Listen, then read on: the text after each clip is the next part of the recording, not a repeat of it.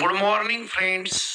आज आपण शिकणार आहोत की इंग्रजीमध्ये निगेटिव्ह सेंटेन्स कसे बनवतात.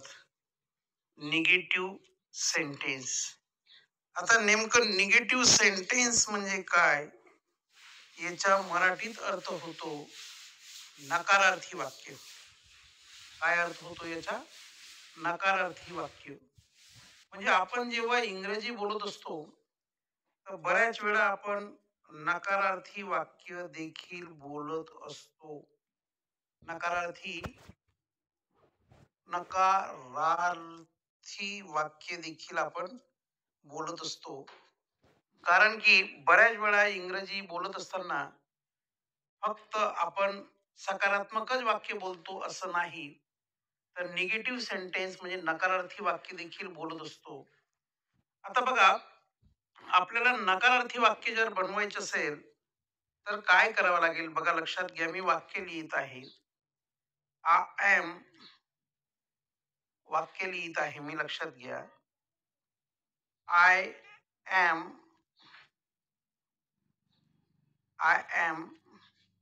राईट अ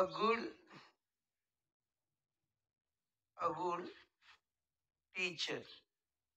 आता हे वाक्य आहे, या वाक्याला पूर्ण अर्थ आहे, लक्षात घ्या. I am a good teacher, मी चांगला शिक्षक आहे. पण मला म्हणायचे असेल मी चांगला शिक्षक नाही, तर हेच वाक्य मी असं लिहू शकतो.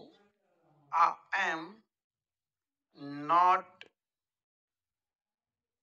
A good teacher. लक्षात घ्या, म्हणजे मी चांगला शिक्षक नाही. मी चांगला शिक्षक नाही. आता लक्षात घ्या, वरचं वाक्य जे आहे I am a good teacher म्हणजे मी चांगला शिक्षक आहे, पण खाली लिहिले मी I am not a good teacher, मी चांगला शिक्षक नाही. म्हणजे वरच्या वाक्याचा अर्थ आहे मी चांगला शिक्षक आहे, खालच्या वाक्याचा अर्थ आहे मी चांगला शिक्षक नाही. म्हणजे वाक्याचा अर्थ बदलला. मग वाक्याचा अर्थ बदलला पाहिजे आणि वाक्य नकारार्थी देखील झालं पाहिजे. यासाठी आपल्याला काय करावं लागेल की वाक्यामध्ये जे एम, इज, आर असतात किंवा वॉज, वर असतात किंवा कोणतंही सहाय्यकारी क्रियापद असेल, त्या सहाय्यकारी क्रियापदानंतर नॉट वापरल्यानंतर वाक्य नकारात्मक होतं. बघा, एम नंतर नॉट वापरून आपण ते वाक्य नकारात्मक बनवलेलं आहे. अजून एक वाक्य घेऊ आपण. बघा, they R my friends. They are my friends हे वाक्य लिहिलं मी. ते माझे मित्र आहेत. पण मला जर असं म्हणायचं असेल ते माझे मित्र नाहीत, तर मी काय करीन बघा, लक्षात घ्या. मी वाक्य दे आर, हा जो आर आहे या आर नंतर मी नॉट वापरेन, म्हणजे वाक्याला नकारात्मक अर्थ प्राप्त होईल आणि उर्वरित वाक्य जसेच्या तसं लिहेन. बघा, they are not my friends, right, full stop. पुन्हा तिसरं वाक्य आपण घेऊ शकतो. We are the best relatives. आपण अतिशय उत्कृष्ट नातेवाईक आहोत. Relatives, right, full stop. आम्ही चांगले रिलेटिव्स आहोत म्हणजे नातेवाईक आहोत. पण मला असं म्हणायचे आम्ही चांगले नातेवाईक नाहीत किंवा उत्कृष्ट नातेवाईक नाहीत, तर आपण असं लिहू शकतो. We are not the best relatives, right. तर आपण वेगवेगळ्या प्रकारची वाक्य बनवू शकतो आणि त्या वेगवेगळ्या प्रकारची वाक्य बनवून आपण निगेटिव्ह वाक्य बनवू शकतो, म्हणजे नकारात्मक वाक्य बनवू शकतो. पुन्हा बघा, अजून काही वाक्य आपण बनवू शकतो. मला जर असं म्हणायचे असेल, शी इज माय फ्रेंड. ती माझी मैत्रीण आहे. पण मला जर असं म्हणायचं असेल ती माझी मैत्रीण नाही, तर मी काय करेन? बघा लक्षात घ्या. She is not my friend. Okay. म्हणजे थोडक्यात आपल्याला नकारात्मक वाक्य बनवत असताना एक गोष्ट लक्षात घ्या. वाक्यातील am, is, are, right, was, were, have, has, had, अशी अनेक जी सहाय्यकारी क्रियापद आहेत, त्या क्रियापदाच्या जोडीला फक्त नॉट लिहून वाक्याला नकारात्मक अर्थ प्राप्त होतो.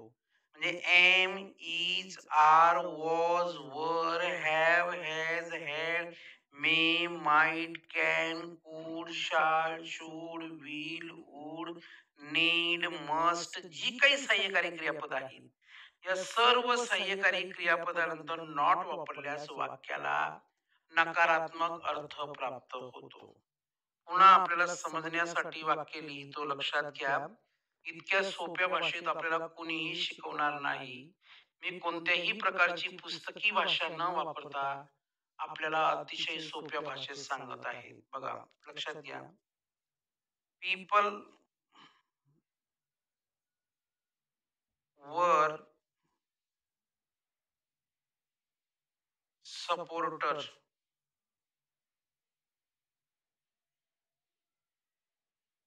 पीपल वर सपोर्टर म्हणजे लोक चांगले सपोर्ट करत होते, मदत करत होते.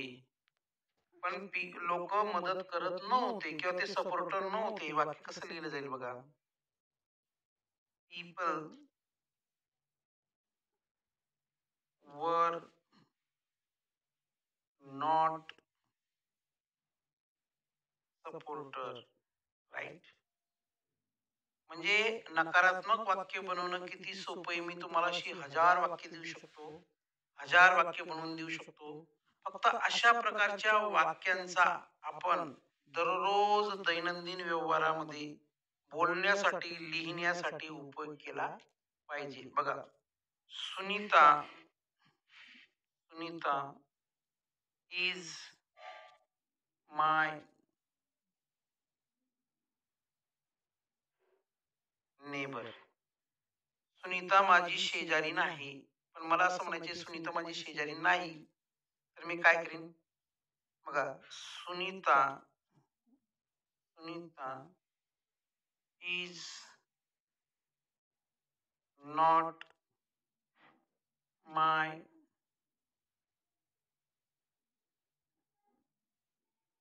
Neighbour, right.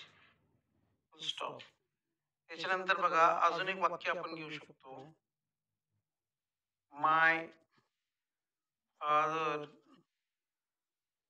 फादर इज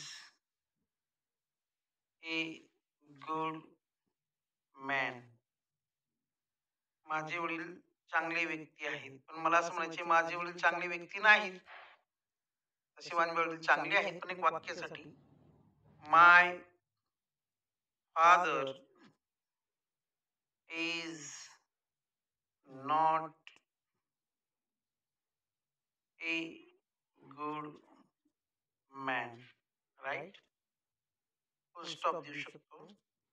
तर अशा प्रकारची हजारो वाक्य आपण बनवू शकतो बघा. आणि ही वाक्य बनवता बनवता आपण लिहिणं पण शिकू शकतो, बोलणं शिकू शकतो, वाक्याचं स्ट्रक्चर शिकू शकतो.